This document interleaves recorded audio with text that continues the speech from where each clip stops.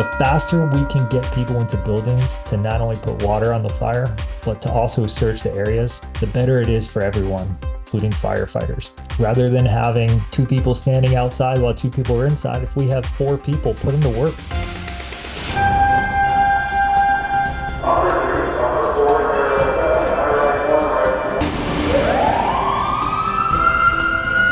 This is Code 3, the Firefighters podcast, hosted by award-winning journalist Scott Orr. Now, here's Scott.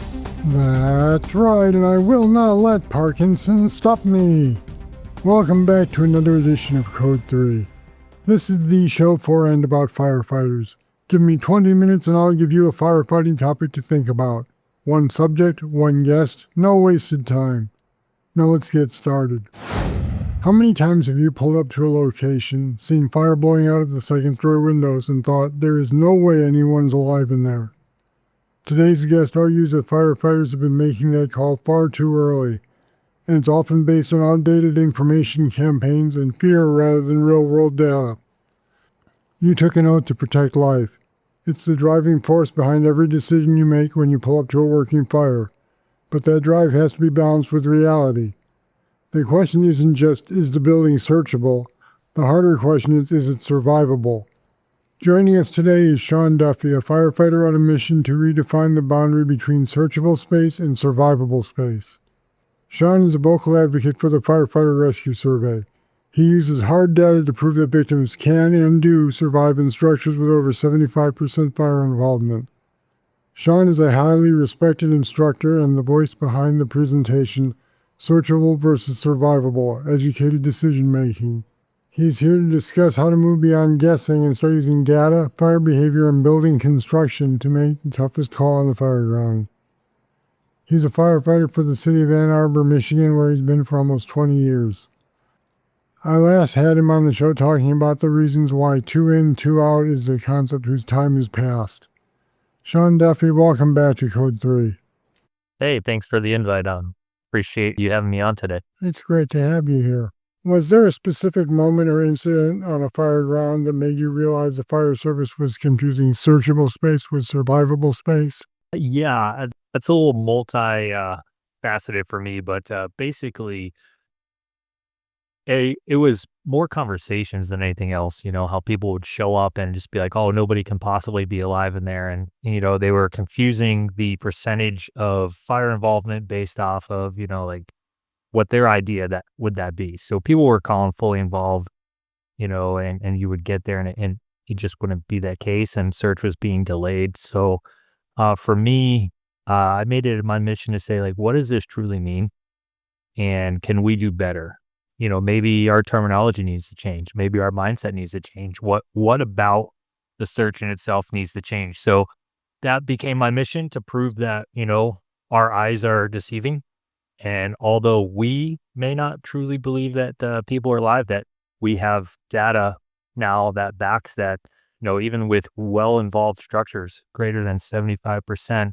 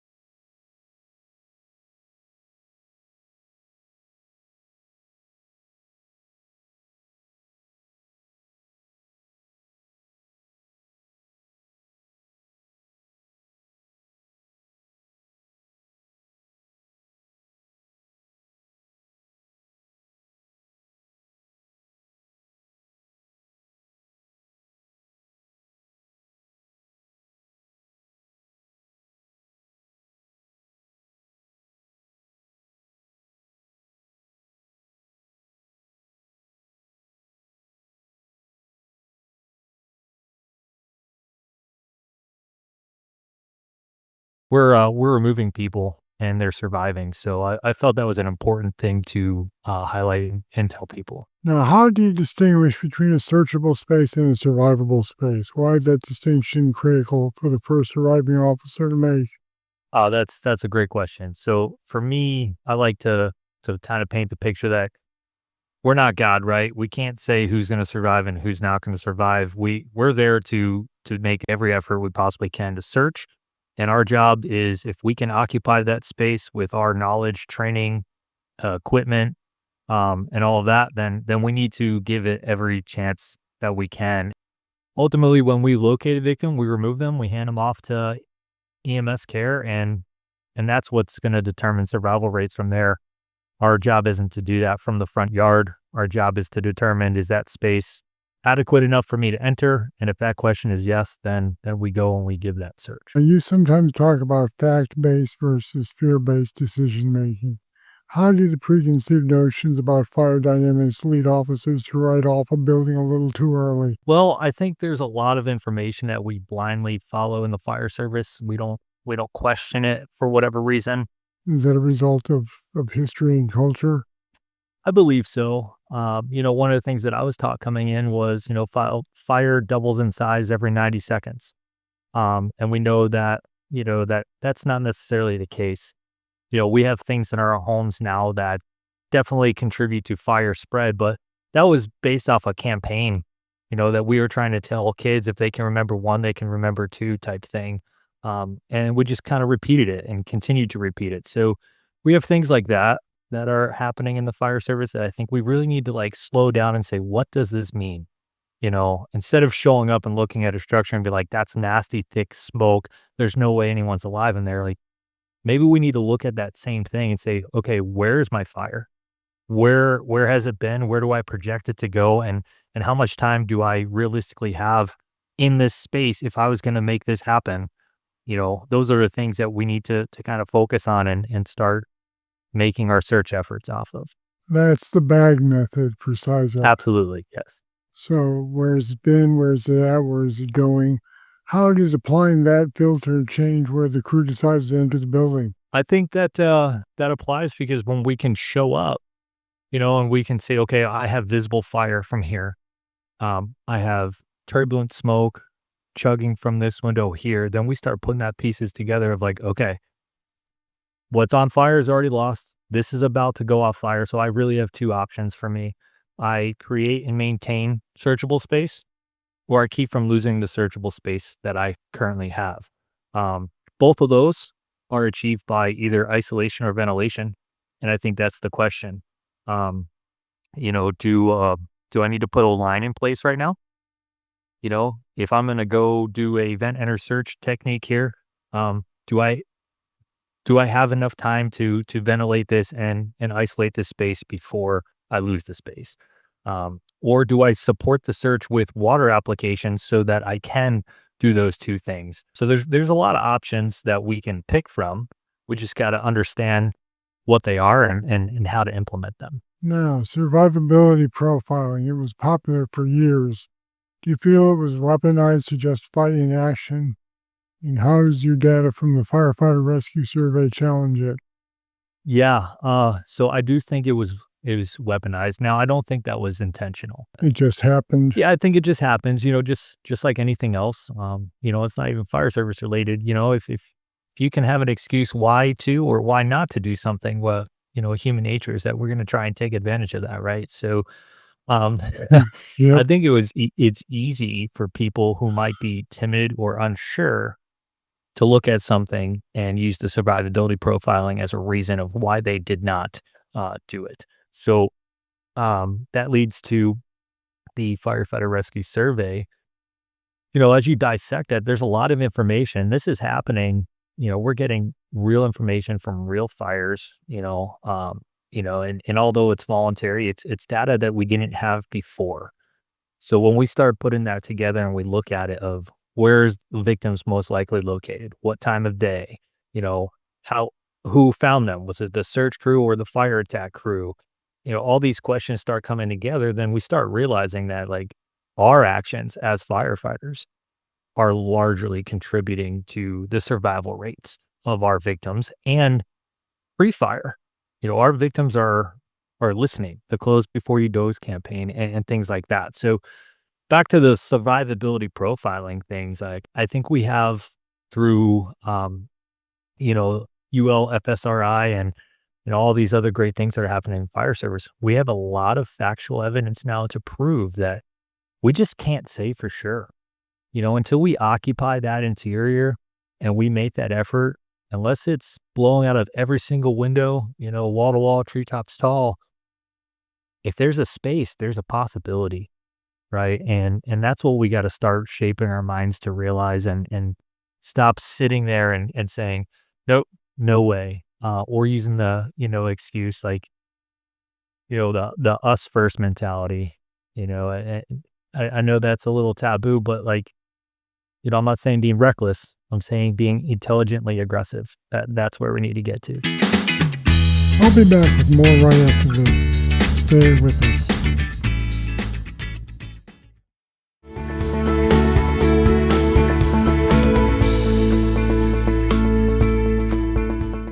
Well, let's talk about that for a second. When an officer pulls up and sees a well-involved building, his or her reaction is to focus on the threat. So how do you get them to start looking for the opportunities in the searchable space instead of that? I would say, that happens. We do a 360 for fire, right? We'll make sure we're doing our 360. We get a good view on that 360 while we're developing our initial attack plan. Like we're looking at the same thing for where we're going to put people into the building for search, right? And everybody's staffing level is different. So that might be a little slower. I would say that if I had the choice between putting water on a fire right now or putting people in a space right now, it's a very fine line. Majority of the time, putting water and getting water flowing and making those conditions better is going to be absolutely imperative that we get that done. So I don't want to say one way or another all the time. What I would say is, can you do both? Can you put water and start making conditions better while you're doing your 360 and getting information and then saying, okay, if we're going to make a search, it's going to happen right here. This is where we're sending people. What does your assignments look like? How far is your next due? For me, where I work, my next due is only, maybe 2 minutes behind me. So if I'm showing up on the first arriving engine, I'm doing my 360, I can pass that information on to oncoming crews and say, hey, we have searchable space on Charlie Delta corner. We're making initial fire attack from side alpha. And that paints the picture for everybody that, hey, we're going to put water on this thing. We're going to put a line between the fire and the victims, and we're going to, do the things we need to do. But that next 2 people or 3 people showing up, we need to search this space like right now. I would think that instead of just passing it off and getting so fire focused, which we tend to do, having that more open-minded approach to things of taking in the bigger picture and laying out the assignments. And, that could even be something that departments can do in pre-arrival assignments and policies and procedures. Well, yeah, I mean, when the firefighters arrive on the scene before the officer, don't they need to perform a search size up and look for victim cues in isolated spaces themselves? Yeah, absolutely. The first thing you want to do is get in the door with a line, obviously, but maybe that's not what they need to be thinking about. Yeah, I would say we tend to be our own worst enemies. Like I said, moth to the flame, right? Our eyes naturally track movement and light. That's how our brains are wired. So we see the fire, we get super hyper focused on that, and we tend to miss other things. So yeah, 100%. If you're showing up, like, where's your searchable space? And there's I'll tell you, if there's 2 of you showing up, I'm not going to say that there's not a chance that you might have to make a rescue before you put water on a fire. Sometimes that happens. I would just caution people to be aware that, like, what does that look like?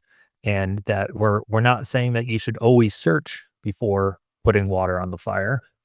What I'm saying is understand your conditions, understand your building layout, understand what your crew ability is and what your training is on things.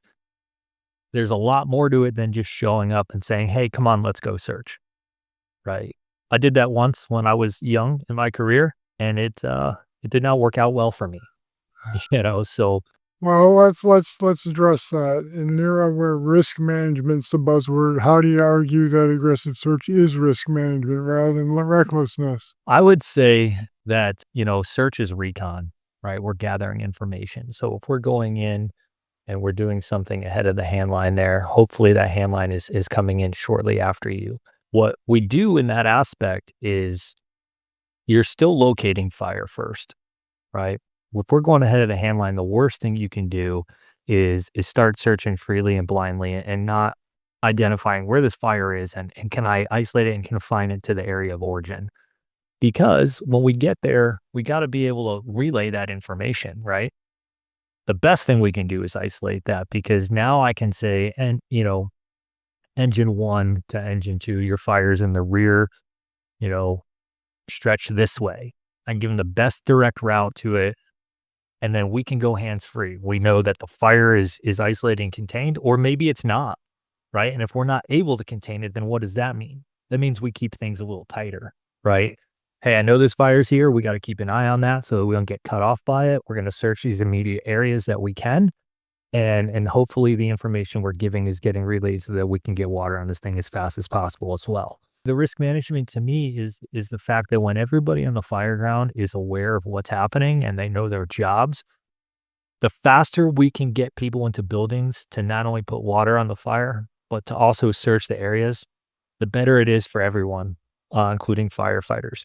Rather than having two people standing outside while two people are inside, if we have four people, put them to work, split the workload. Two of you search, two of you fight fire, you know, and that's Even if you're not a trucker. even if you're not a truckie, absolutely. Like there's departments in this country that don't have truck companies. Yeah. Searching to me, like if you're in a fire department that has a truck company and that's what they do, that's great.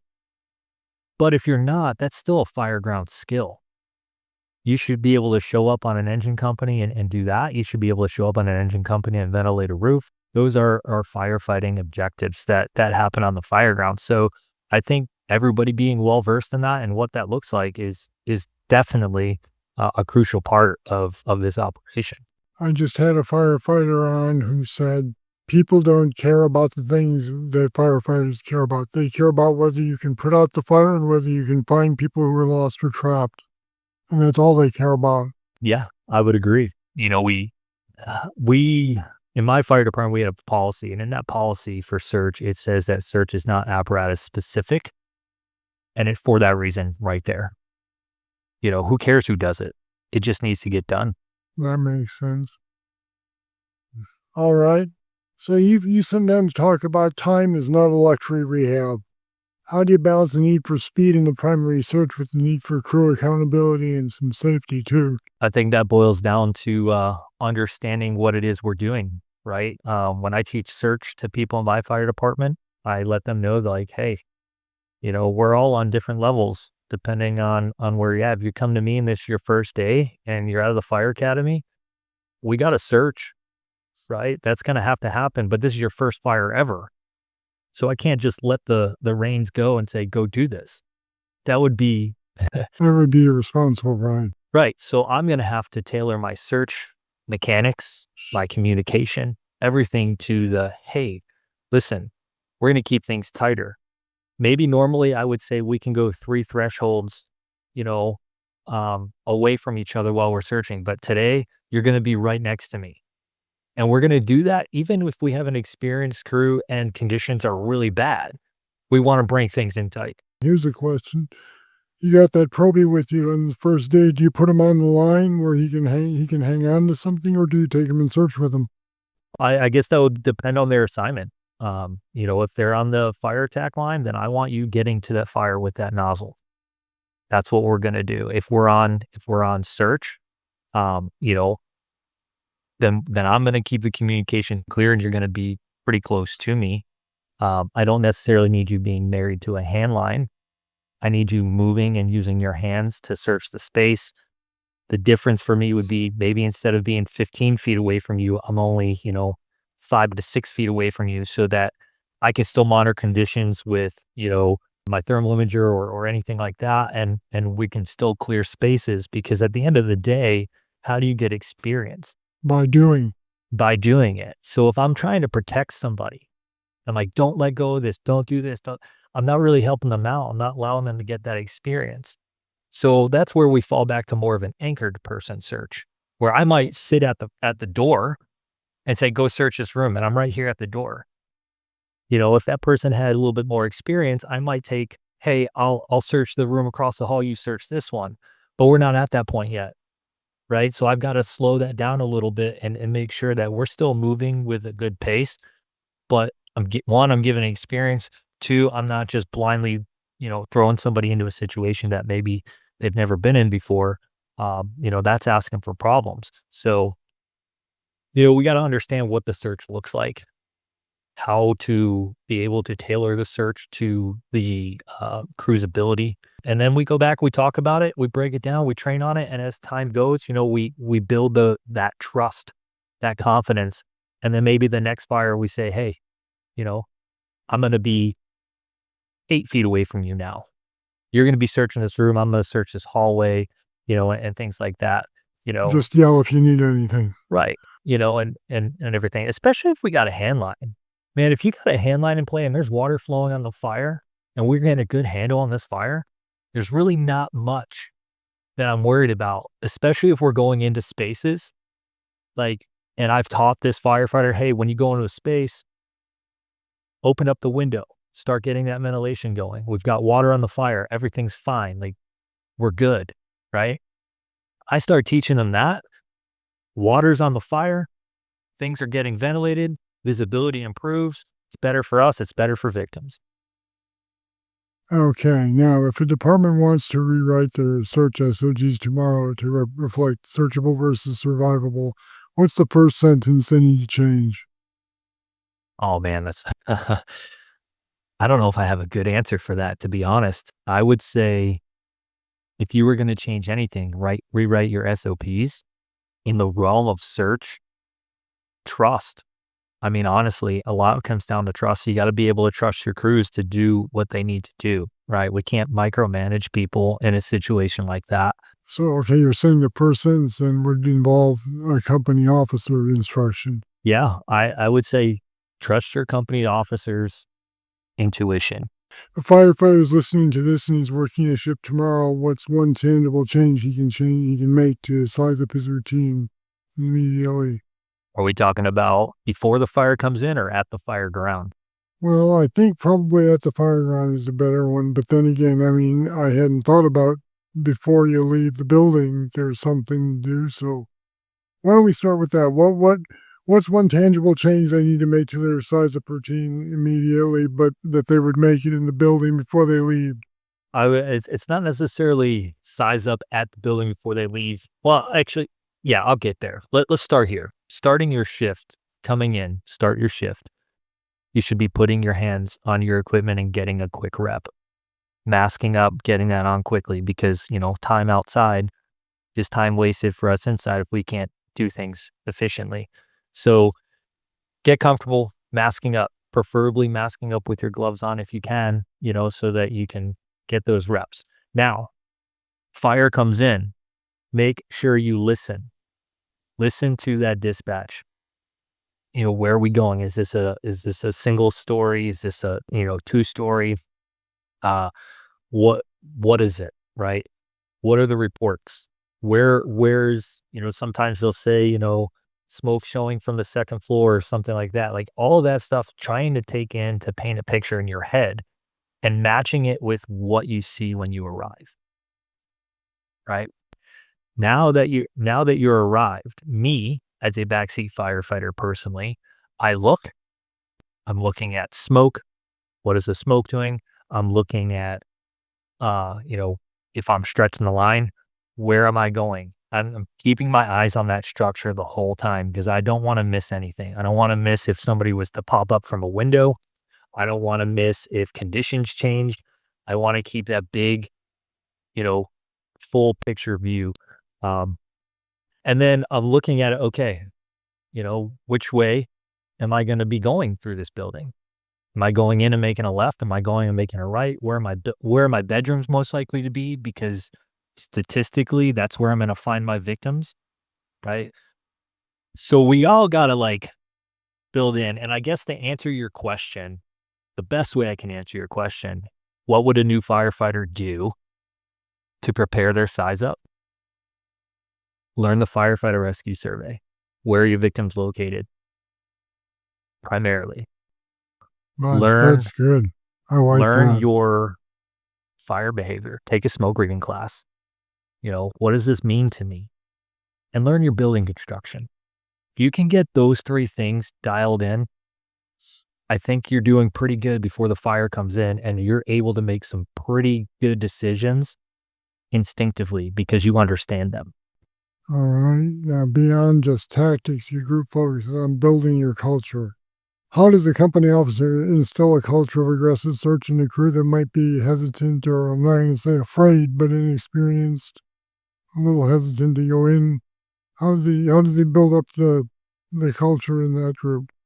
I think that still boils down to trust, right? If your people don't trust you, they're not going to listen to you. It doesn't matter what you're doing, right? Um, and I'm saying this, I'm not a company officer, but I'm saying this from a position that I work for some great company officers, and they value the input of their crew. They also say, hey, what do you think? Right? We're having these conversations. They're building confidence. How do you train? Are you going out there every day? Show me how you would search. Okay, cool. Try this, try that. Are you even on the same page? Because there's many conversations that happen. When I was a young fireman, I'd ask my officer, hey, what do you expect of me today? And one officer would give me a list and like, this is exactly what I want you to do. And then we would practice and train on that stuff so that I understood it. Some company officers would say, I want you to do your job. Well, what is that?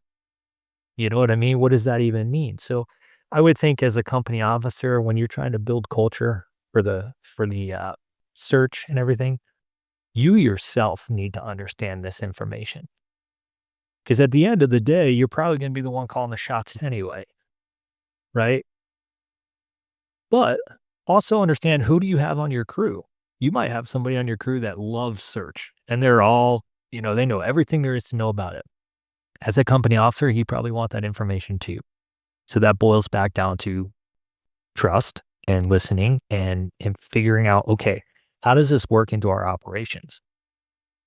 Right? What commands am I saying to you? Are you searching on my boot? Or am I comfortable with you getting out, like off of me a little bit?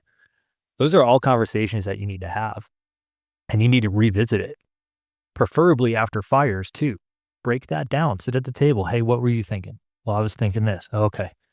Well, what did you see? What did you feel? Like, this is all learning, right? And the more we can sit down together and put things together, the better this is going to be. And, the more free thinkers you're going to have, and in a good way, not a bad way. I'm not saying that we should freelance. I'm just saying, like, sometimes we need to let people know through our direction, it's okay to have a brain and use it, So Well, I mean, we're paying them to make decisions as adults, so yeah, absolutely. I mean, they shouldn't be thought of as robots that just go in the door and do what they're told and then come back out the door. Yeah, no, and I think that's a great point for a company officer.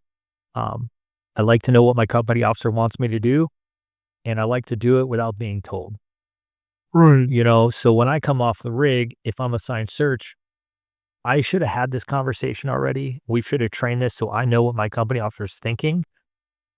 And if it doesn't change, then everybody knows the game plan. Yeah. If he or she says, hey, hold on a second, then everyone stops and listens, right? And we got to have that kind of um, approach to things, so that we can just start operating as a well-oiled machine. All right. That was a great talk, Sean Duffy. Thanks for joining me on Code 3 today. Yeah, thanks for having me. I appreciate that. Sean is really into using hard data to support his arguments. If you'd like to know more about searchability versus survivability, check out our website, code3podcast.com/survivable. Now some housekeeping. You can find Code 3 t-shirts, mugs, and other cool Code 3 stuff like posters at the Code 3 store. Just go to the website and click on the link. It's stuff you're going to want to see, especially the posters and the calendar. They're pretty hot. And if you like the show and you get useful information from it, then I've got two things to ask you. First, please go to your podcast app, rate and review the show. Good reviews and ratings tell other firefighters that the show is worth their time. And then if you tell some other brothers and sisters in your firehouse about the podcast, I'd really appreciate it. Surveys show that word of mouth is the best way to get new people to join the audience. So tell your coworkers.